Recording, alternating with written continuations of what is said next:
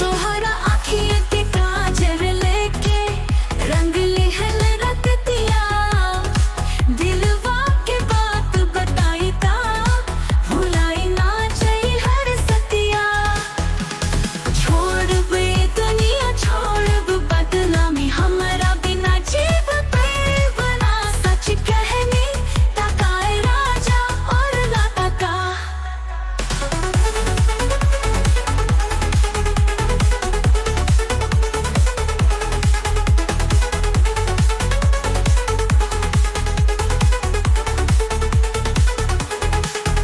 बोलो ना तू सच मनवा के बात, छोड़ा त हम कबू करी ना घात।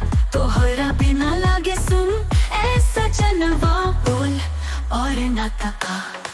तोहरे बिना घर लागे वीरान, सपना के तेरा भइल सुनसान। चांद भी रूठल तारा भी लागे, सारा सकरे जैसे भइल अनजान। आवाजनी तू हमार सजनवा, दिलवा से खेलत तेरे हक अकेला। सच कहे ताका ए राजा और ना तका।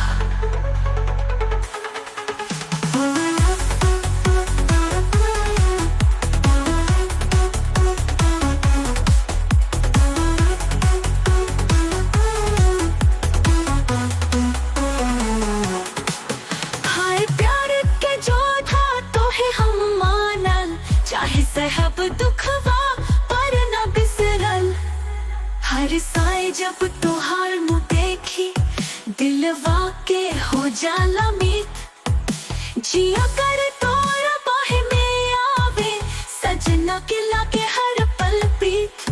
छोड़ब हम त हमरा बसर ना होई, सच में है जा हमार तोहार होई। तोहरा बिना ना जाई ए राजा और ना तका। ए जा सुन ले बात हमरा दिल के, तोहरा बिना जिंदगी पूरा और ना तका।